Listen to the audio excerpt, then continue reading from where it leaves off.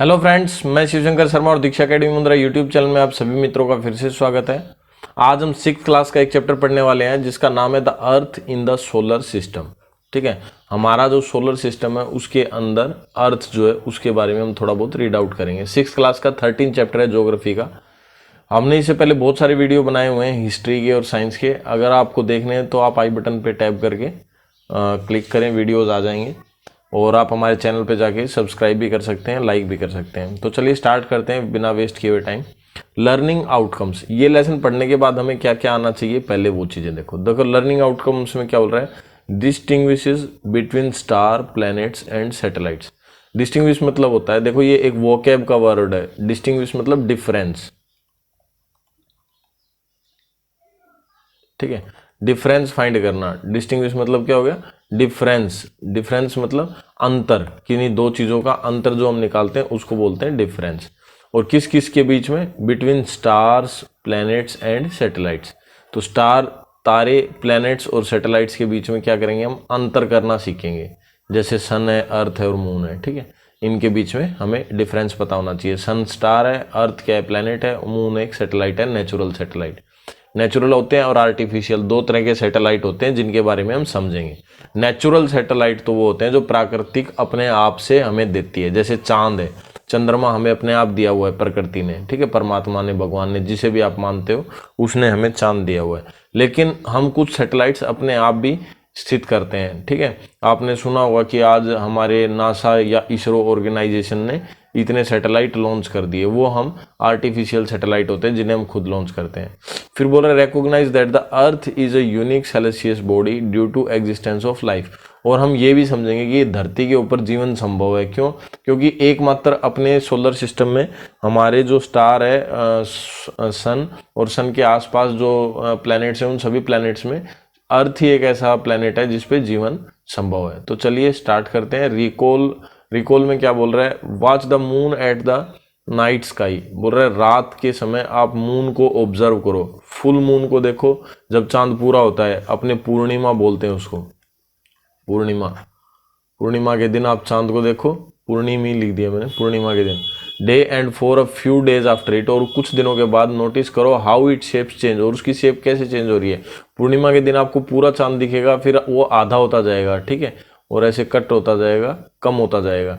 तो आपको चेक करना है कि ये कैसे कम हो रहा है। Draw these shapes on a drawing sheet, और ड्राइंग शीट में इन शेप्स को क्या करो, ड्रॉ करते जाओ। तो आगे क्या बोल रहा है, the universe is a boundless. Boundless मतलब देखो, बाउंड होता है किसी चीज को चारों तरफ से दीवार बना देना, तो बिना दीवारों के, एक्सपेंस फैला हुआ है, इन विच जिसके अंदर ऑल मैटर्स जैसे star, planet, satellite etcetera exist करते हैं, ठीक है। बोल रहा है कि यूनिवर्स का जो है वो बाउंडलेस है, कोई दीवारें नहीं है, और उसके अंदर बहुत सारी चीजें हैं, तारे हैं, मैटर्स है, प्लैनेट्स है, सैटेलाइट्स है, इस तरह की चीजें रहती है। The most accepted theory related to birth of the universe is called a big bang theory. तो ये यूनिवर्स आई कहाँ से, तो देखो अंदाजा लगाया गया, ठीक है, बहुत सारे अंदाजे लगाए गए, जिनमें सबसे सटीक अंदाजा है उसे बिग बैंग थ्योरी बोलते हैं, कि भाई बिग बैंग थ्योरी की वजह से ये यूनिवर्स बनी। अकॉर्डिंग टू दिस, इसके हिसाब से, इस थ्योरी के हिसाब से बोल रहे शुरुआत में ऑल मैटर, सभी चीजें, सब्सटेंस लाइक जैसे gas, dust particle, all elements was content in huge big burning ball, एक बड़ी जलती हुई बॉल के बराबर थे। मतलब शुरू में क्या बोल रहा है इस थ्योरी के हिसाब से, एक बहुत बड़ा आग का गोला था, of fire, which later exploded, जिसके अंदर ब्लास्ट हुआ या फट गया, with a big bang, big bang की थ्योरी के अनुसार। Matter from it was thrown out with great force in all direction, और इसमें से जो मैटर निकले वो हर डायरेक्शन में फैलने शुरू हो गए। फ्रॉम दिस मैटर, इस मैटर से, many groups of stars were formed, काफ़ी ग्रुप और स्टार्स बनने लगे, विच वी कॉल गैलेक्सी, जिसे हम गैलेक्सीज बोलते हैं। Million of such galaxies were created with each galaxies contain million of stars. बोल रहे हैं काफ़ी गैलेक्सियों से, बोल रहे हैं विच वी कॉल गैलेक्सीज, काफ़ी galaxies, million of each galaxies, बोल रहे हैं हर गैलेक्सी, मिलियंस, जो ये आग का गोला था हमारा मेन, बोल रहे उसमें से क्या हुए, काफ़ी ग्रुप निकल गए, किनके, तारों के, और जिन्होंने क्या बनाया, बहुत सारी गैलेक्सीज। तो बोल रहे हैं हमारे ब्रह्मांड में मिलियंस गैलेक्सी हैं which created with galaxy containing million of stars, और जिनके अंदर मिलियन स्टार है। Our sun belong to one such galaxy, हमारा सूरज भी ऐसी ही एक गैलेक्सी से बिलोंग करता है। That we call the Milky Way, जिसे हम क्या बोलते हैं, आकाशगंगा। इंग्लिश में क्या बोलते हैं, मिल्की वे, ठीक है, और हिंदी में आकाशगंगा बोलते हैं। तो हमारा सूरज जो है वो हमारी आकाशगंगा में है। The nearest galaxy to Milky Way in Andromeda, जो हमारे बिल्कुल पास की गैलेक्सी है हमारी, उसमें एंड्रोमेडा हमारे बिल्कुल पास है। फिर बोल रहा है which is 2 million light year away, जो कि क्या है, 2 मिलियन लाइट अवे, हमारे से 2 मिलियन लाइट ईयर अवे है। The object that we seen in the sky are termed as heavenly और सेल्सियस बॉडी, हम आसमान में जो भी चीजें देखते हैं उन्हें हम हेवनली या सेल्सियस बॉडी बोलते हैं, ठीक है। तो इन बॉडीज में बहुत सारी चीजें हैं देखने की और समझने की। जैसे सबसे पहले है stars, any heavenly body that shines by producing its own light is called a star, बोल रहा है कोई भी ऐसी बॉडी जो अपनी लाइट क्या करे, खुद फैला रही हो चारों तरफ, ठीक है, उनको हम बोलते हैं stars. Stars are burning bodies, तारे जो हैं वो ऐसी जलती हुई बॉडियां हैं of gases that produce tremendous amount of heat and light, जो बहुत ही ज्यादा मात्रा में क्या कर रही है, हीट और लाइट यानी रोशनी को प्रोड्यूस कर रही है। The sun is a star and the centre of the solar system, sun सूरज भी एक तारा है और हमारे सोलर सिस्टम के बिल्कुल सेंटर में है। द नियरेस्ट स्टार, जो पास वाला स्टार है of our solar system are Alpha and Proxima, इसके अलावा सूरज के अलावा और जो बाकी 2 तारे कौन कौन से हैं, अल्फा, प्रोक्सिमा और सेंट्यूरी, ठीक है, ये दूसरे तारे हैं जो हमारे पास हैं। Which are about 4.3 light year away from the sun, जो कि 4.3 लाइट ईयर्स हमारे से दूर है। A light year is a distance, ये लाइट ईयर क्या होता है, तो बोल रहा है लाइट ईयर जो है वो डिस्टेंस होती है ट्रेवल्ड बाई लाइट 1 ईयर, जो 1 साल में मतलब तय की जाती है। At the speed at which light travel it takes 8 minute and 20 second from the sun's ray to reach the earth, light year के हिसाब से अगर आप समझना चाहते हो तो सन की जो रोशनी है वो अर्थ पे कितनी देर में आती है, 8 मिनट और 20 सेकेंड में आ जाती है। Some stars together make a recognizable pattern in the sky, कुछ तारे सारे मिल करके क्या करते हैं, एक समझने वाला पैटर्न बनाते हैं आसमान के अंदर, ठीक है, जिसे हम कॉन्स्टेलेशन बोलते हैं।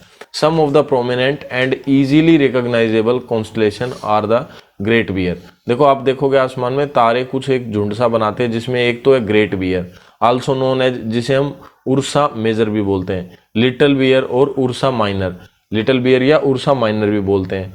फिर ओरियन बनता है और हंटर बनता है, शिकारी बनता है, एंड स्कॉर्पियो और स्कॉर्पियन, ये सारी चीजें बनती हैं आसमान में, तारों का एक पैटर्न बन जाता है। इसके बाद आता है सोलर सिस्टम, ठीक है।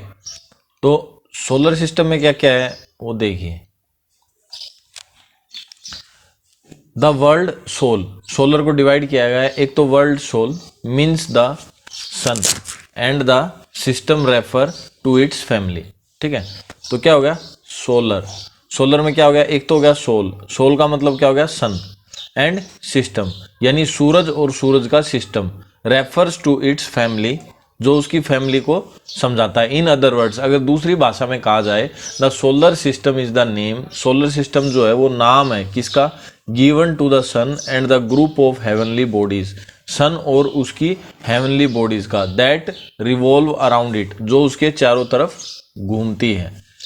The 8 planets and their satellites और moons, meteors, comets and asteroids, इन सभी चीजों के बारे में। तो देखो जैसे ये दिया हुआ है, ये सूरज हो गया, ठीक है, दैट इज अ सन, और ये सन के फैमिली हो गई। पहले मरकरी आता है, दूसरे नंबर पे वेनस, तीसरे पे अर्थ, ठीक है, अर्थ कितने नंबर पे आता है, 3rd नंबर पे, याद रखना। मार्स 4th पे, जुपिटर 5 पे, सैटर्न 6 पे, यूरेनियस 7 पे और ये 8 पे प्लूटो होगा, ये नेपच्यून, और प्लूटो सॉरी ड्वार्फ प्लैनेट हो गया प्लूटो, ठीक है, ये हो गए। तो ये हो गई हमारे सोलर की फैमिली यानी सूरज का परिवार, ठीक है। तो सूरज से इन सभी को एनर्जी मिलती है और ओनली अर्थ, सिर्फ अर्थ पे ही क्या है, लाइफ प्रोसेस पॉसिबल है, उसके काफ़ी सारे रीजन है, ठीक है। भाई, क्योंकि एक तो पानी है यहाँ पे, 1/3 पार्ट तो पानी है, ठीक है, और बाकी अपना गैस का जो है हाइड्रोस्फीयर, लिथोस्फीयर, एटमॉस्फेयर जो है उसकी वजह से भी बहुत सारी पॉसिबिलिटीज़ हैं, बाकी सब पे ऐसा है नहीं, ठीक है। तो अब आगे पढ़ते हैं सन। सबसे पहले सूरज के बारे में, सन के बारे में पढ़ते हैं। The sun is the centre of the solar system. अब देखो जो ये दिख रहे हैं ना अपने को, ये सारे गोल गोल चक्कर काटते हैं। ये एक लाइन सी दिख रही है ना, ये वाली, ठीक है, ये लाइन दिख रही है, सभी प्लैनेट्स के साथ ये लाइन है। तो ये जो लाइन है ना, ये इसको बोलते हैं ऑर्बिट, ऑर्बिट बोलते हैं। और ये सूरज के चारों तरफ होती है गोल गोल, तो ये सूरज के चारों तरफ चक्कर लगाते हैं, तो सन हो गया सेंटर में। The sun is the centre of the solar system and its gravity, और उसकी जो ग्रेविटी होती है is the pulling force that binds the solar system. और उसकी जो सूरज है ना, उसकी ग्रेविटी होती है, ग्रेविटी होती है किसी भी चीज को अपनी तरफ खींचना, ठीक है। तो सूरज की जो ग्रेविटी है उसकी वजह से ये सूरज के पास ही रहते हैं, ज्यादा दूर नहीं जा पाते। It is a huge ball of external hot gases. जो सन है ये बहुत बड़ी एक बॉल है, किसकी, बहुत सारी गैसों की, गैस का गोला है जिसमें आग लगी हुई है। It has a surface temperature over 6000 degree Celsius, और इसका टेम्परेचर कितना है, 6000 degree Celsius. The distance between the sun and the earth is approximately 150 million kilometre. और जो अर्थ है ना, देखो ये अर्थ हो गई और ये हो गई, ये डिस्टेंस कितनी है, 150 मिलियन किलोमीटर, ठीक है, 150 मिलियन किलोमीटर है ये डिस्टेंस। कितनी है, 150 मिलियन किलोमीटर। तो मैं यहाँ पे थोड़ा रफ कर देता हूँ ताकि आगे वाले भी समझ में आते रहे, ठीक है। ये डिस्टेंस 150 किलोमीटर है, तो ये आपने देख ही लिया अच्छे से बहुत सारी, और इनको एक सिस्टमेटिक वे में आप उतार लो ताकि आपको याद रहे, ठीक है। ऐसे भी क्वेश्चन आ सकते हैं एग्जाम में कि सन के बाद मार्स कौन सा ग्रह पड़ता है, तो आपको काउंट करके बताना पड़ेगा। सन के बाद मार्स कौन सा ग्रह पड़ता है, तो आपको क्या करना पड़ेगा, काउंट करके बताना पड़ेगा, तब आपको पता चलेगा भाई कौन सा है सन के बाद मार्स। तो 1 2 3 4th नंबर पे ऐसे बताना पड़ेगा, ठीक है। तो ये आपको ऐसे याद करने पड़ेंगे। Which is why we don't feel the tremendous heat produce by it, और इसीलिए हमें सूरज की ज़्यादा गर्मी महसूस नहीं होती। क्यों, क्योंकि हम जो है वो 150 मिलियन किलोमीटर दूर हैं सूरज से, ठीक है। फिर है ट्राई दिस में देखो ये क्या बोल रहा है, help with the help of your teacher, तुम्हारे टीचर्स की सहायता से, पेरेंट और elders try to locate a few constellations in the night sky. भाई रात को सूरज आसमान में देखकर और भाई लिस्ट बनाओ कि भाई ये कौन कौन सी बॉडी कॉन्स्टेलियस है, ठीक है। फिर आते हैं हमारे प्लैनेट्स। सन तो हो गया एक मेन, सबका पिताजी हो गया एक तरीके से, और फिर planets. The name planet is derived from a Greek word means wonder, ठीक है। तो जो प्लैनेट का जो नाम है ये ग्रीक भाषा के शब्द से आया है जिसका क्या नाम है, वंडर, ठीक है। फिर इसमें नाम दिए हुए हैं Mercury, Venus, Earth, Mars, Jupiter, Saturn, Uranus, Neptune and the 8 planets are the 8 planets. ये कितने हैं, 8 प्लैनेट है। They revolve around the sun in fix path called orbit, और ये सूरज के चारों तरफ एक फिक्स जो गोला है उस पर घूमते हैं, और इसलिए इनको ऑर्बिट मतलब रास्ते को ऑर्बिट कहा जाता है। They also rotate on their axis, और वो अपने एक्सिस पे भी गोल गोल घूमते हैं। तो देखो जैसे एक सन हो गया, एक तो सन के चारों तरफ घूम रहे, ठीक है, ये यहाँ से स्टार्ट कर दिया और ये ऐसे चारों तरफ घूम रहे, और एक वो अपनी ही जगह पे, जैसे यहाँ पे है वो, तो वो अपनी ही जगह पे गोल गोल घूम रहे हैं, समझ गए, अपनी ही जगह पे गोल गोल घूम रहे हैं, जिसको एक्सिस को क्या कर रही है, रोटेट कर रही है।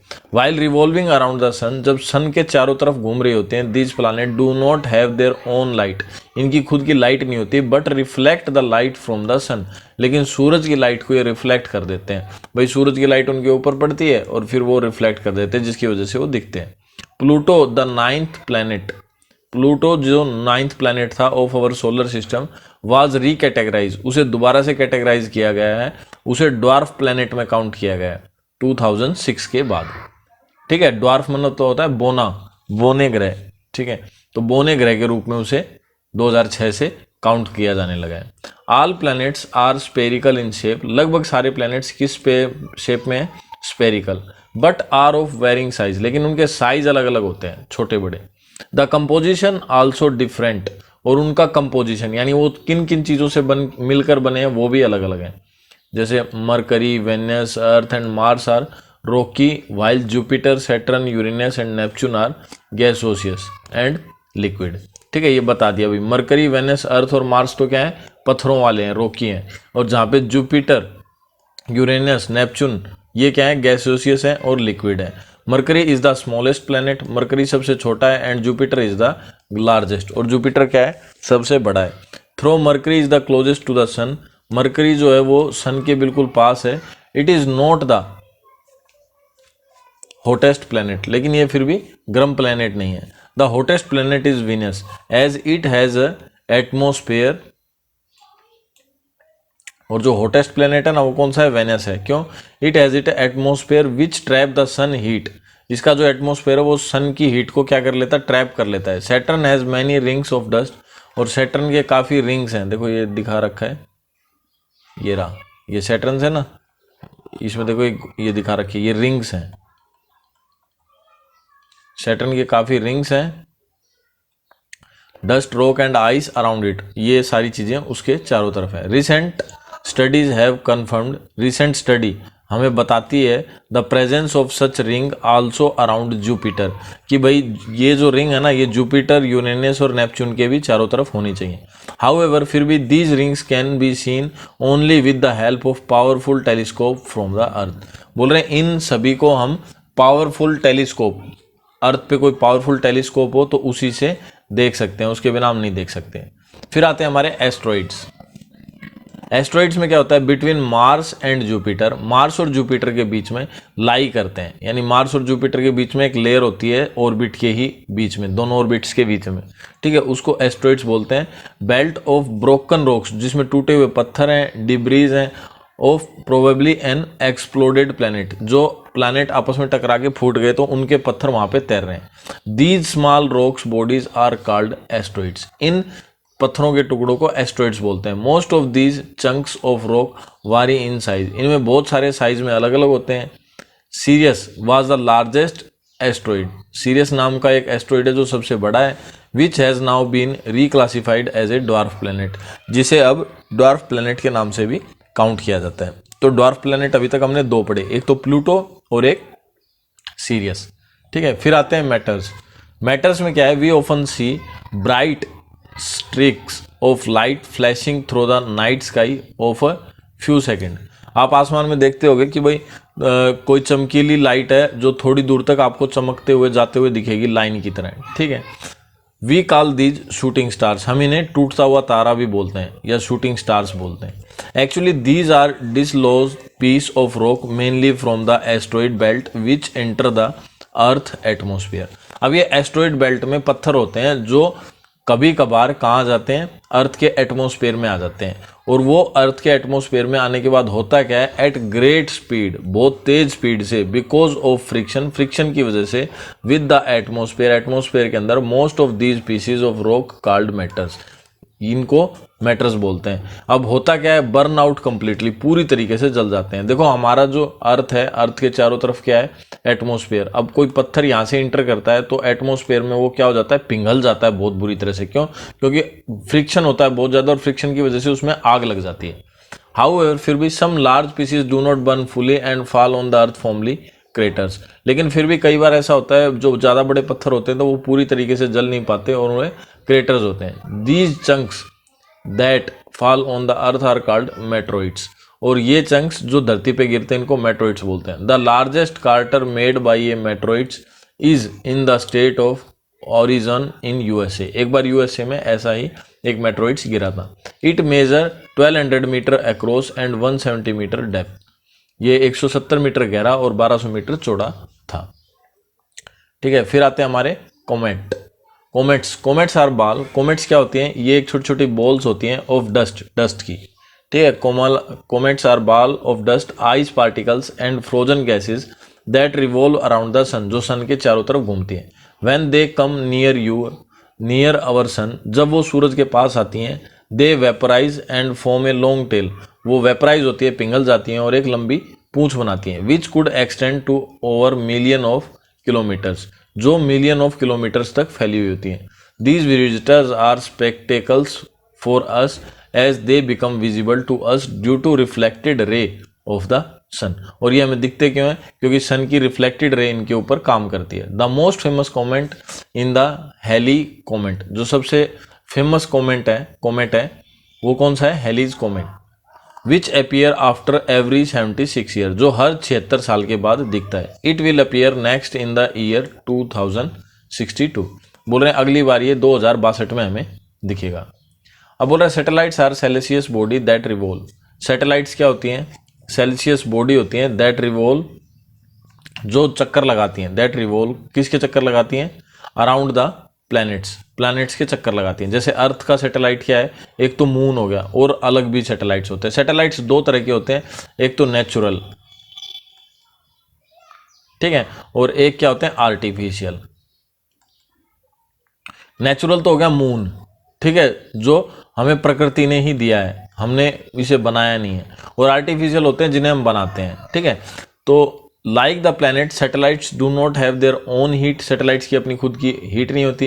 And light but reflected the light from the suns, और ये भी सन की लाइट को ही रिफ्लेक्ट करते हैं। Different planets have varying number of satellites, अलग अलग प्लैनेट्स के अलग अलग सैटेलाइट्स हैं। Due to recent research in astronomy, जो एस्ट्रोनॉमी की रिसर्च से पता चला है। Many new satellites have been discovered, और बहुत सारे नए सैटेलाइट्स भी डिस्कवर होते जा रहे हैं। मून के बारे में, मून एक सैटेलाइट है। Moon is the earth only natural satellite, समझ गए? मून क्या है? अर्थ का एक नेचुरल सैटेलाइट है। इट इज अबाउट, और ये कितना है? 3,84,400 किलोमीटर फ्रॉम द अर्थ, इतनी डिस्टेंस पे अर्थ से, समझ गए? कितना है? 3,84,400 kilometre. Its diameter is 1/4 of that of the earth, और इसका डायमीटर कितना है? 1/4 है अर्थ का। एंड इट्स ग्रेविटी इज 1/6, और इसकी ग्रेविटी कितनी है? 1/6 है अर्थ की, समझ गए? इसका डायमीटर 1/4 है और ग्रेविटी 1/6 है। 1/6 का क्या मतलब हुआ?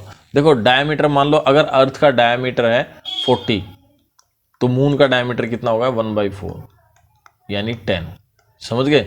और अगर मान लो इसका अर्थ की ग्रेविटी है मान लो 40 या 80, मान लो अर्थ की ग्रेविटी 80, तो मून की ग्रेविटी कितनी होगी? 1/6, 6 से काट दो इसको, ठीक है, तो जितनी भी आएगी वो मून की ग्रेविटी हो जाएगी। The moon has no atmosphere, moon पे कोई एटमोस्फेयर नहीं है, एंड वाटर, पानी भी नहीं है। तो जिसका रिजल्ट क्या हो गया? In the absence of any form of life on it, इसकी वजह से यहाँ पे जीवन संभव नहीं है। The moon take about 28 days to revolve around the earth, और चांद जो है वो कितने दिन लेता है? 28 दिन लेता है इसके चारों तरफ चक्कर काटने के। किसके चारों तरफ? अर्थ के। एंड द सेम टाइम, और उसी समय में, to rotate on its axis too, वो अपनी जगह पर खुद भी घूमता रहता है। ये अपनी जगह पे जो खुद घूमता है ना, उस वजह से हमें चांद का दूसरा हिस्सा नहीं दिखता, एक ही साइड दिखती है। This is the reason why we always see the same side of the moon from the earth and never get to see its other side, और हमें कोई दूसरी साइड नहीं दिखती। The surface of the moon is full of craters, और जो surface होता है मून का वो क्या होता है? फुल ऑफ क्रेटर्स होता है, largely due to bombardment of मेट्रोइड्स, और किस वजह से? बोम्बार्डमेंट ऑफ मेट्रोइड की वजह से, ठीक है। तो ये हो गया हमारा चैप्टर कंप्लीट।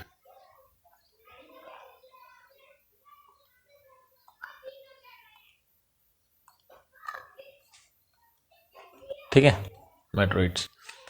तो हमने काफ़ी सारी चीज़ें पढ़ी। अब आपको बताना है सेल्सियस बॉडी कौन सी होती है और कॉन्स्टलेशन क्या होता है, ठीक है। An object which means less on the moon that on the earth, why? कोई ऑब्जेक्ट है जो मून से छोटा है, क्यों है? ये इस तरह के रीज़न। अर्थ क्या है? एक यूनिक प्लैनेट है, ठीक है। और यूनिक क्यों है? क्योंकि इसका 3/4 सरफेस जो है अर्थ का वो कवर्ड है किससे? पानी से, इस वजह से इसे हम ब्लू प्लैनेट बोलते हैं। Earth atmosphere has adequate amount of oxygen which we breathe, जो हम सांस लेते हैं। It also help to maintain a suitable range of temperature on earth, और इसकी वजह से यहाँ पे अर्थ के ऊपर एक सूटेबल टेम्परेचर रहता है जो हमारे जीने के लिए लाभदायक है।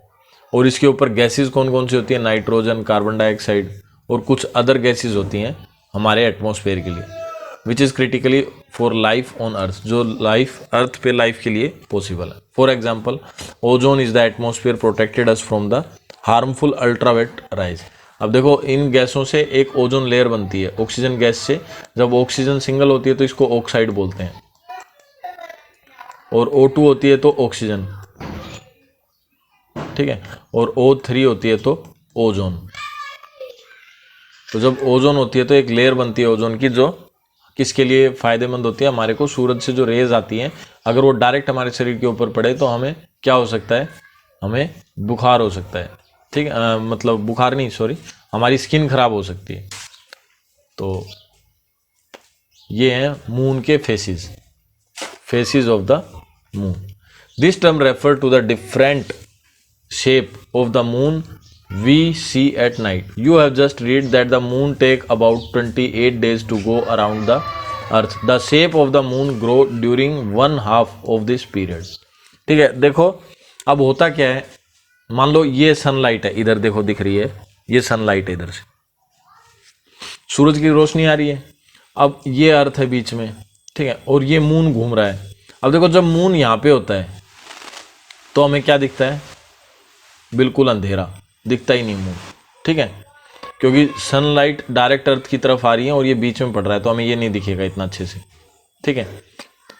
फिर जब ये इधर चला जाएगा तो देखो इस तरीके का दिखेगा, हाफ, यहाँ पे होगा तो, यहाँ पे होगा तो आधा दिखेगा हमें, ठीक है, ये इस साइड में अंधेरा रहेगा। फिर ऐसे ही इस साइड में हमें फुल मून दिखेगा। फुल मून कब दिखेगा, जब सन की रेज के और अर्थ बीच में होगी और मून होगा दूसरी साइड में, तब हमें फुल मून दिखेगा, ठीक है। तो इस तरीके से ये रोटेट होता रहता है और हमें दिखता रहता है, which is called the waxing period. तो इसको हम वैक्सिंग पीरियड बोलते हैं। Reducing during the other half which is called the वेनिंग period. तो आधे को वैक्सिंग पीरियड बोलते हैं और आधे को क्या बोलते हैं, वेनिंग पीरियड। देखो ये लिखा हुआ वैक्सिंग और ये हो गया वेनिंग, ठीक है। This happen because of the moon different position during its journey around the earth. और ऐसा क्यों होता है, क्योंकि अर्थ के चारों तरफ अलग अलग डायरेक्शन में ये घूमता है, इसलिए हमें दिखता है, ठीक है। और अगर आप इसको और डिटेल से देखना चाहते हैं तो इसका एक और वीडियो मैंने बना रखा है, जो मैं सब डिस्क्रिप्शन में दे दूंगा, आप उस वीडियो को देख लो। उसमें आपको रोटेशन दिखेगा कि कैसे ये घूम रहा है एनिमेशन से, जो बहुत अच्छा वीडियो बना रखा है। फिर ये अंडरस्टैंडिंग स्किल आ गया, सबसे बड़ा प्लेनेट कौन सा है और सबसे छोटा प्लेनेट कौन सा है, जो अपन ने पढ़ा है उसके हिसाब से बनाओ। समरी जो हमने अभी तक पढ़ा है उसको रिवाइज करना।